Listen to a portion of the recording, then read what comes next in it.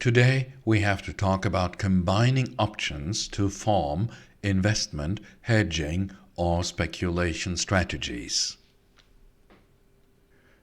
The objective of a strategy refers to what the trader expects or hopes with regard to the price movement of the underlying asset.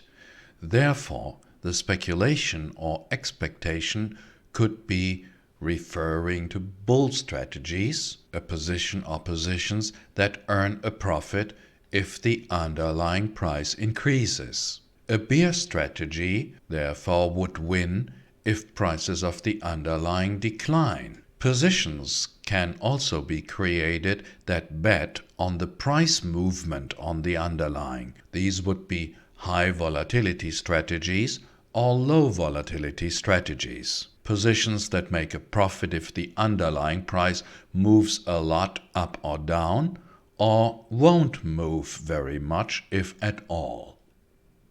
The analysis that we will do has some things in common. We will always try to determine the objective of the strategy, the highest possible gain, the maximum loss, the break-even price of the underlying at expiration, and the cost of the position if there is a cost at all, because there may be positions that actually have a cash inflow and not a cost at the time the position is entered. It supports the understanding of a strategy quite a bit if we look at the payoff profiles first. We can see at a glance for which prices of the underlying at expiration the position is creating a profit or a loss. Let us practice a bit with the first option strategy introduced in the text. This strategy is called riding a covered call. That would be this here. It consists of a stock long, buying a stock, and a short call, selling a call. And that together gives the thick line. The term covered results from the fact that the possible obligation to deliver the stock if the call buyer exercises is covered because the trader owns the stock already, which means he doesn't have to buy it in the future if the person who holds the call buyer, exercises the call. Then he has the right to buy, and then the seller of the call would have to deliver. Question is, if he doesn't have the call, it's a naked position. And if it's covered, it means he owns the stock already, so he doesn't have to buy it in the spot market. From examining the payoff profile, the thick line, we see that the overall strategy is the same as the payoff from a short put. Let's compare the payoff profile of a riding covered call with a put short. Let's look at the put short real quick. This is a put short. This is just one put that has been sold. It will profit if the stock price stays high, because then the owner of the put will not exercise it. And then the seller of the put will keep the premium. But if the stock price is low, below the exercise price, then the put will be exercised, and then the put seller will lose. The break-even point is here, and then if the stock price is even lower than that, then it's really a loss. And now let's look at the covered call, the riding the covered call.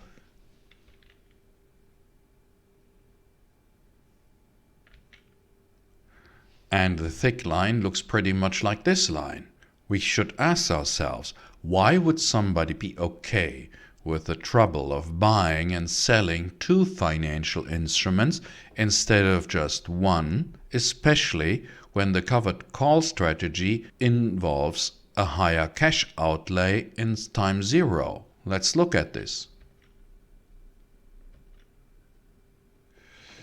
We take data from page 95 in the text, so we have already the stock price in time zero is 25. A put is priced with 332. The call is priced with 385 for an exercise price of 25 and an expiration in 134 days.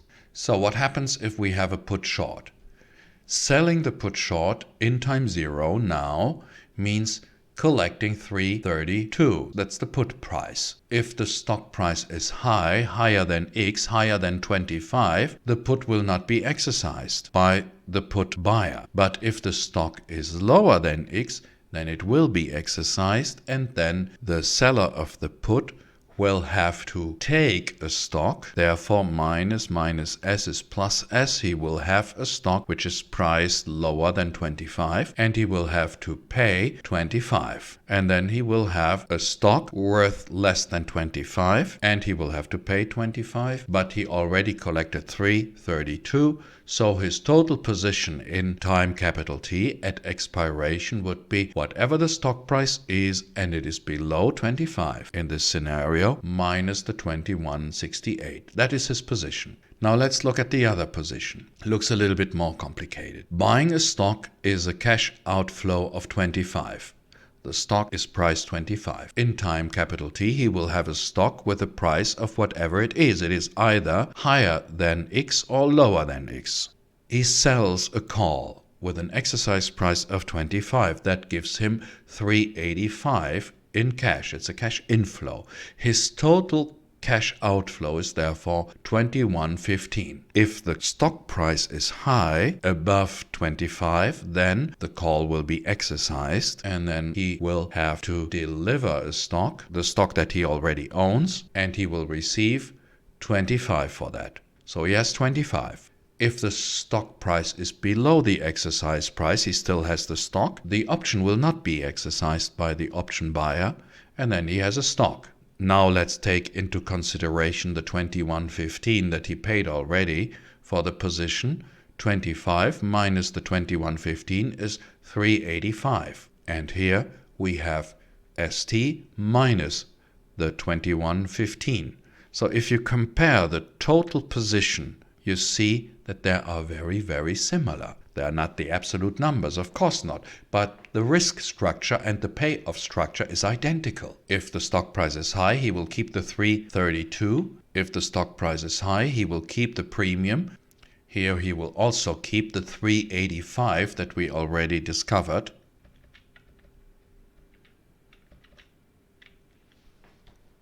If the stock price is low, then his total loss position is dependent on what the stock price really is. Most extreme situation, of course, would be if the stock price is 0, because then if it is 0, then his loss will be 2168 if he sold the put, and it would be 2115 if he did the other situation. So why would somebody do that? Though the strategies look very much alike, they are different.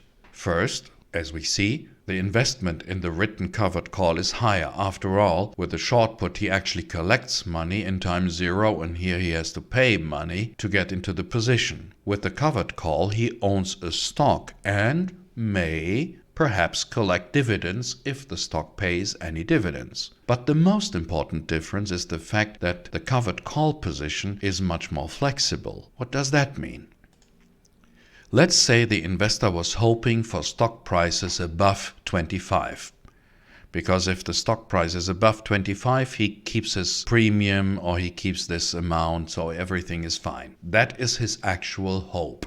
He was hoping for stock prices above 25 until expiration. The expiration is in 134 days. Let's assume that after 28 days, the stock price goes in the wrong direction. It goes down, let's say to 22. So we assume that after 28 days, the stock price is 22, and the call price will therefore be now lower. The call price will adjust. If the stock price goes down, so will the call price.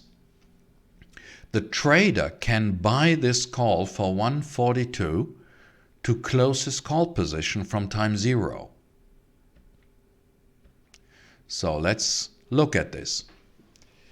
If the price of the underlying goes down, so will the price of the call. So he's buying a call with the same expiration and the same exercise price.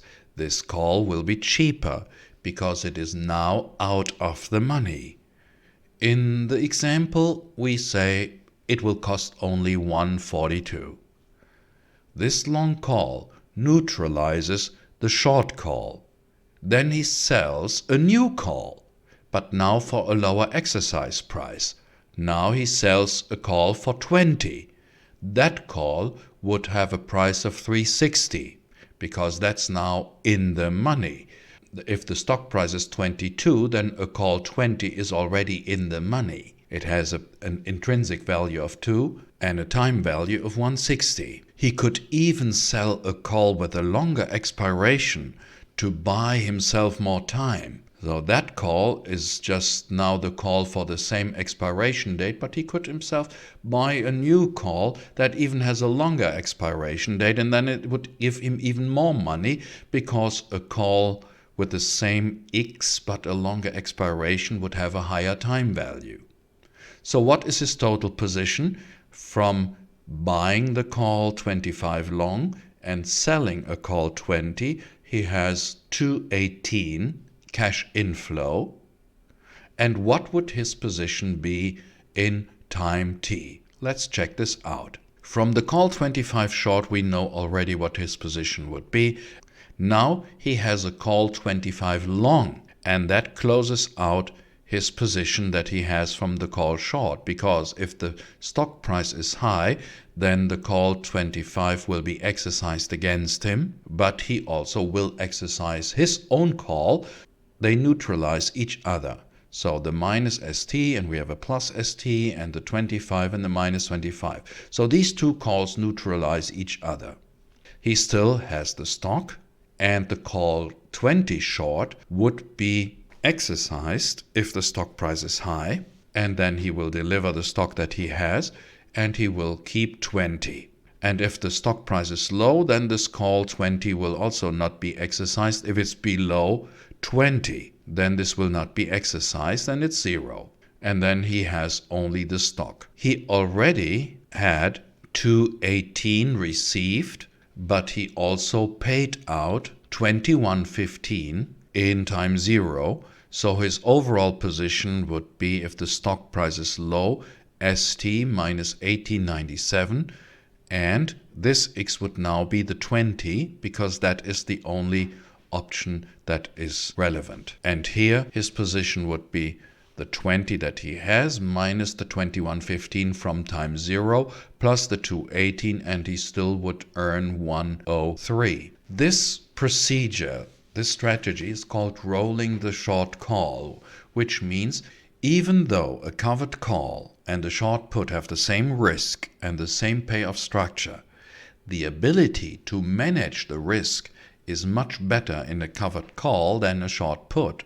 For investors looking to repair their losing strategies while the options are still running, rather than just take a loss at the first sign of trouble, the covered call would be the better strategy. From this example, we can draw two conclusions. First, it is possible to combine stock long or short and options long or short to create the payoff structure of single options. This is true for the covered call. As we saw here, long stock and short call makes the same payoff structure as a short put.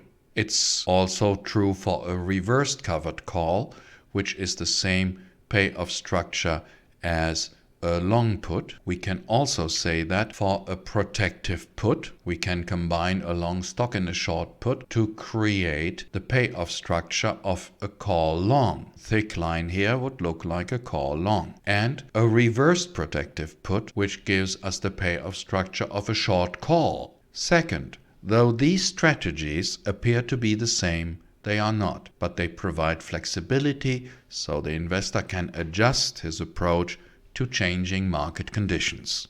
Let's look at strategies which speculate either on high volatility or low volatility of the underlying. These would be the straddle, the strip, and the strap, and the strangle.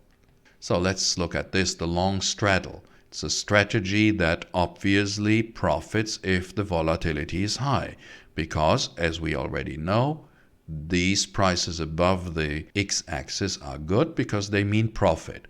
So there are profits for stock prices below this point or stock prices above that point. And if the stock price remains around the exercise price, then there will be losses for this position. So this position hopes for high volatility.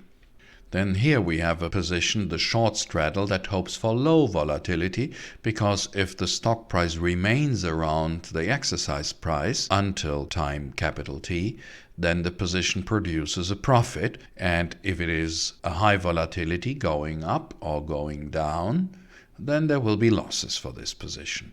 And the same goes for the strip and the strap, but since there are three options involved, there are 2 long puts here and 2 long calls in the strap strategy, so which means that if the price of the underlying goes down in this strategy, in the strip, the profit will be twice as much for each €1 that the underlying goes down below X. And here in the strap, the profits go up by €2 for each euro that the stock price is above X, because there are 2 calls long that provide twice as much profit if the stock price is going in the right direction. The spreads are strategies that limit the profits but also the losses to either side of the underlying prices. The bull spreads provide limited profits for high stock prices, as you can see, and the bear spreads provide limited profits for low stock prices. Let's look at the butterfly spreads, a long butterfly spread and a short butterfly spread. A long butterfly spread is entered when the investor thinks that the underlying stock will not rise or fall much by expiration. We'll see here it's 4 call options in this case that are put together with 3 different exercise prices. And the thick line again shows when the investor profits and when he loses. And he will profit if the stock price stays around the second exercise price, then he will profit a limited profit.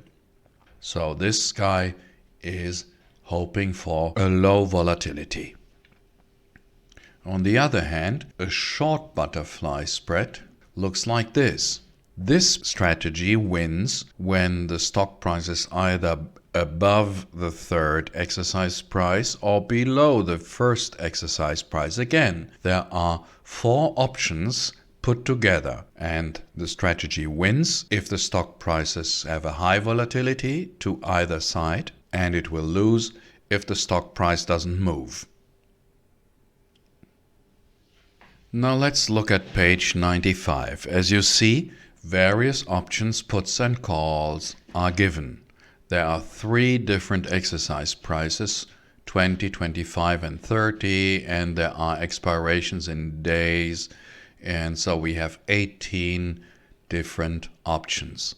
And we have 5 strategies that we want to examine: a long straddle, a bull put spread, a strap, a bull call spread, and a butterfly spread. And there are always 5 things that we need to check out: the objective of the strategy, the cost of the strategy, if at all, the maximum profit and the maximum loss at expiration, the break-even points, and the profit and losses for all the stock price ranges. The first one would be now the long straddle. Before we start with the long straddle here, let me give you an information on the exam. The questions which may cover option strategies will look just like these examples or like the type of questions in the exercises. The setup of the strategy is always given, so it's always said how the strategy looks like. There's no need to memorize the strategies. The table to be filled out is also given. The important parameters of the strategy then need to be determined, like the break-even stock price, the maximum minimum profit or loss, and the cost of the strategy, profits for the ranges of the stock prices. So let's have a look at the long straddle. As you can see from the diagram, it is a strategy that hopes for high volatility.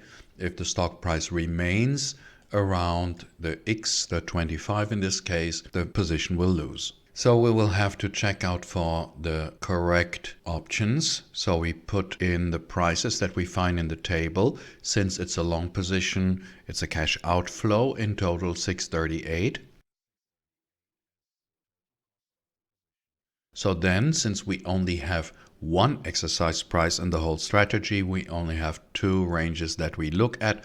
One lower than the exercise price and the other one if the stock price is higher than the exercise price at time capital T. So for the call, we know that the call will only be exercised for high stock prices, and then it's S minus X, which is S minus 25, and the call will not be exercised if the stock price is below the exercise price. If the stock price is low, then the put will be exercised, and then we have 25 minus S, and it will not be exercised for high stock prices. So we have the totals, that's easy in this case, and then we subtract from the totals the cost of the position, so that would be 1862 if the stock price is low, and S minus 3138 if the stock price is high. From that we can easily see what the break-even stock price is, what is the price of the stock, so that there is no profit and no loss, and that would be 1862 would be this point here, and 3138 would be this point here. If the stock price is in this range, then he will be losing something, and if it's above 3138 or below 1862, then he will win something. So then the cost of the position is also the maximum loss. The maximum loss occurs if the stock remains at 25, and we can take both columns. It doesn't matter, we will always have the same amount. So if the stock price is 25 and we put the 25 in this, then we see it's 638 loss. And if we put in the 25 in here, then we also have 638 loss. The maximum profit is 1862 if the stock price is low. For low stock prices, if the stock has no value. If the stock is zero, because then he will be delivering a stock that has no value, and he will receive in total a cash inflow of 1862. So that's his highest profit in this situation. And if the stock is high, then there's a theoretical unlimited profit for very, very high stock prices. Let's look at the second strategy, which is a bull-put spread. Again, the strategies will be given, so there's no need to memorize them. And that means that's a put long and a put short. The put one with the as one exercise price, that would be 25, and the other exercise price for the second put is 30. And we go long in the first put and short in the second put. So what does that mean? Going long means paying money, 332 in this case, and shorting the put means receiving money, that would be 648. So in total, that is actually a cash inflow of 316 in time one. Now we have two exercise prices, so we have to make up three columns, three ranges. What happens if the stock price is lower than 25? What happens if the stock price is between 25 and 30, between X1 and X2? And what happens if the stock price is higher than X2, higher than 30? So for the put will be exercised for low stock prices. This is a 25 put, so it will be exercised only for stock prices below 25. So that gives us here 25 minus S. And it's a long position, so this is the position that holds the right to exercise. And he wouldn't be exercising it for the high stock prices. And a similar thing happens with the put 30, but now we have two scenarios because 30 is this, so these two columns would be relevant, but it's a short, which means the other party will exercise the puts, and that gives us 30 minus S if the put is exercised, but he will lose that, he's short, so that is in total S minus 30 in both scenarios. So if we add this all up, now we have to be a little bit careful. 25 minus 30 plus ST minus ST gives minus negative 5. And here we have only ST minus 30, and here's nothing. So then we can adjust that for the cash inflow from time 0, minus 5 plus 316 is 184. ST minus 30 plus 316 is ST minus 2684, and 0 plus 316 is 316. Where do we have a break-even point? We only have one break-even point, namely where the stock price is actually influencing the total profit, depending on the stock price, which could be between 25 and 30 in this column. And so the break-even point would be 26.84. That would be this point here. And for all the other scenarios below 25, that would be this here, and above 30, which would be this here, we don't have a break-even point. We only have either a profit, which is 316, that would be this line here, for all the stock prices above X2, above 30, the profit will be 316. And for all the stock prices below X1, which is 25, the loss will be 184. Then we look at a strap, the third strategy, which consists of 2 long calls and 1 long put, in this case with 20 exercise price and expiration in 78 days. So we see this is a strategy that hopes for more volatility, and if it's low volatility, he will lose. And he will profit a little bit more from high stock prices because they give double payoff. We have 2 long calls in this. So now we check out the prices again for the correct calls and puts. And remember, here we have 2 calls, so we have to take twice the price of the call, and we buy them.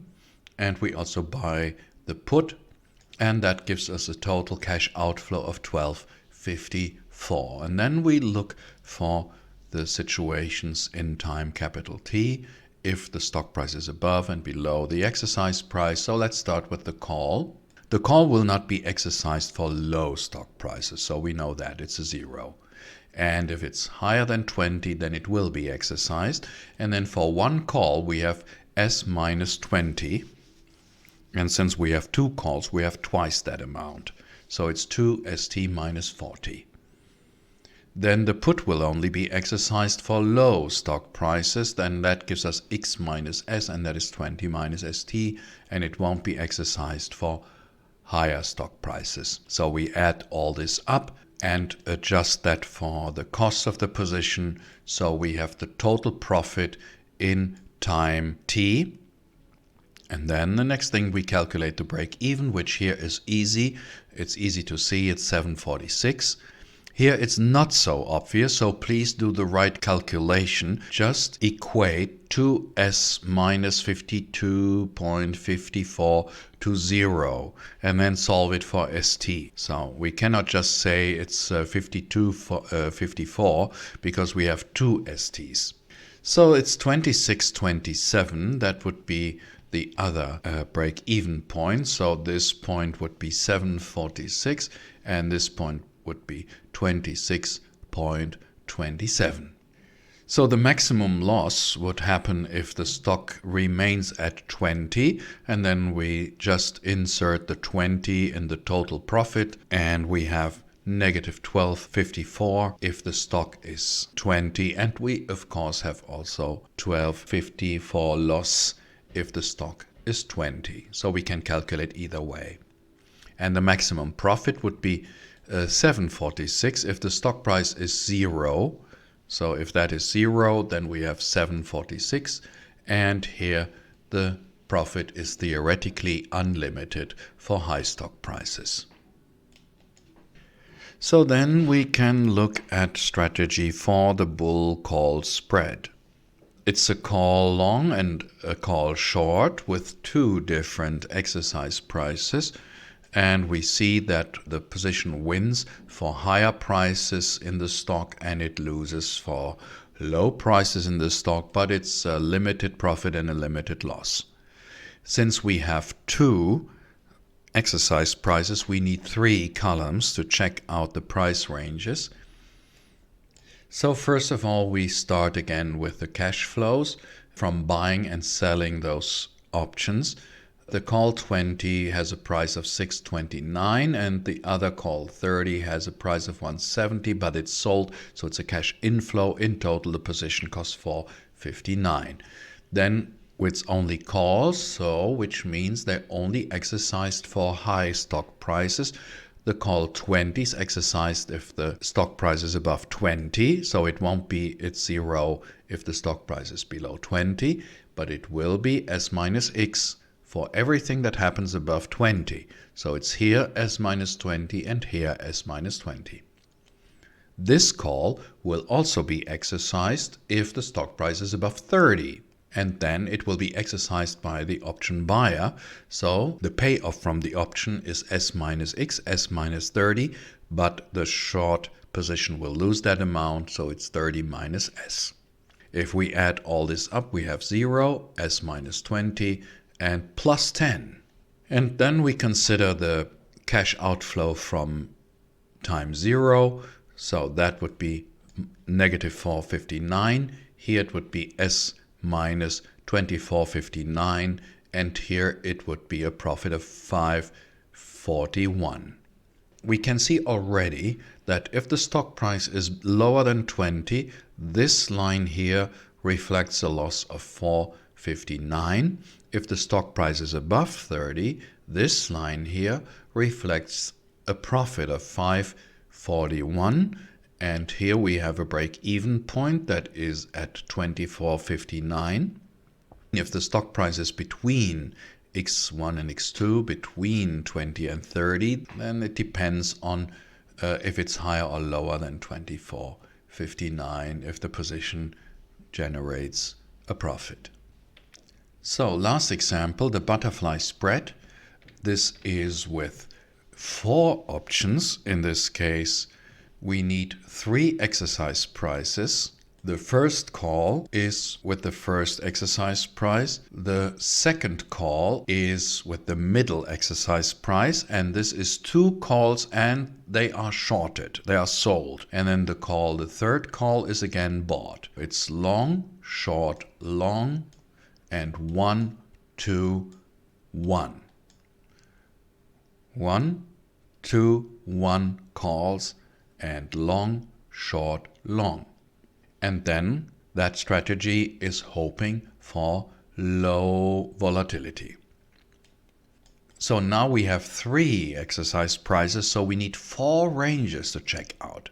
Everything that happens below 20, everything that happens between 20 and 25, between 25 and 30, and above 30. So now let's first check out the cash in or outflow from buying or selling the options in time 0. So the call 20 long costs 629. The call 25 short costs 340, but there are 2 and they are sold, so that gives a cash inflow of 680. And the call 30 costs 170. In total, that will cost 119. The whole position will cost 119. So then we check out what happens to those calls in time capital T. If the price is below 20, none of these calls will be exercised. So that's that. The 20 will be exercised for everything that is above 20, which is S minus 20 for all the scenarios. Don't get confused with the different ranges. It only depends on what the exercise price of the call. So it's S minus 20.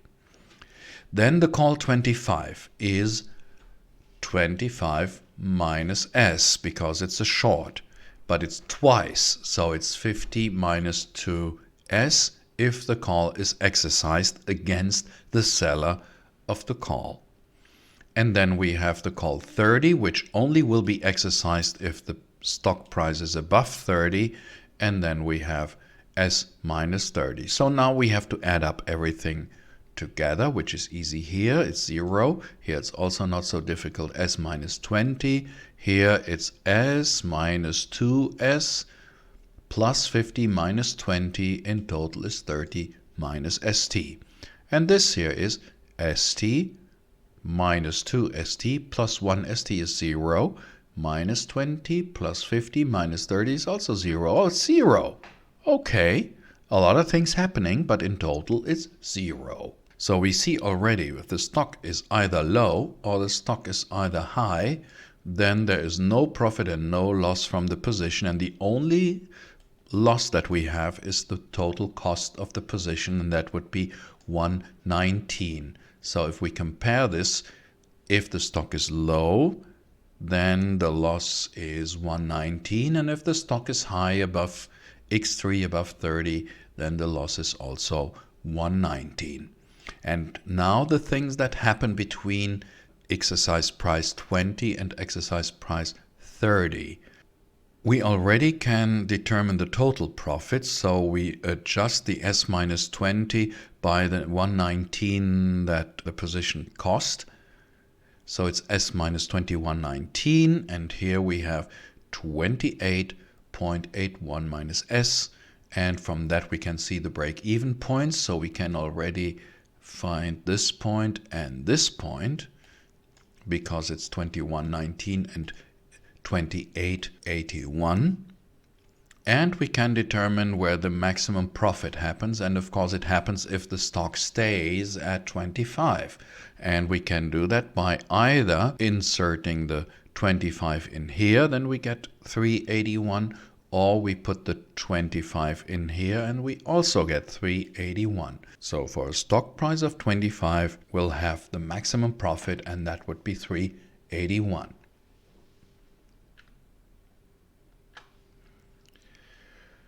We are now at the end of this session. Any questions can be written in the comments. Once I see them, I'll answer them for everyone to see and profit from it. Or you send your questions via email to my known email address. So for now, take care and peace out.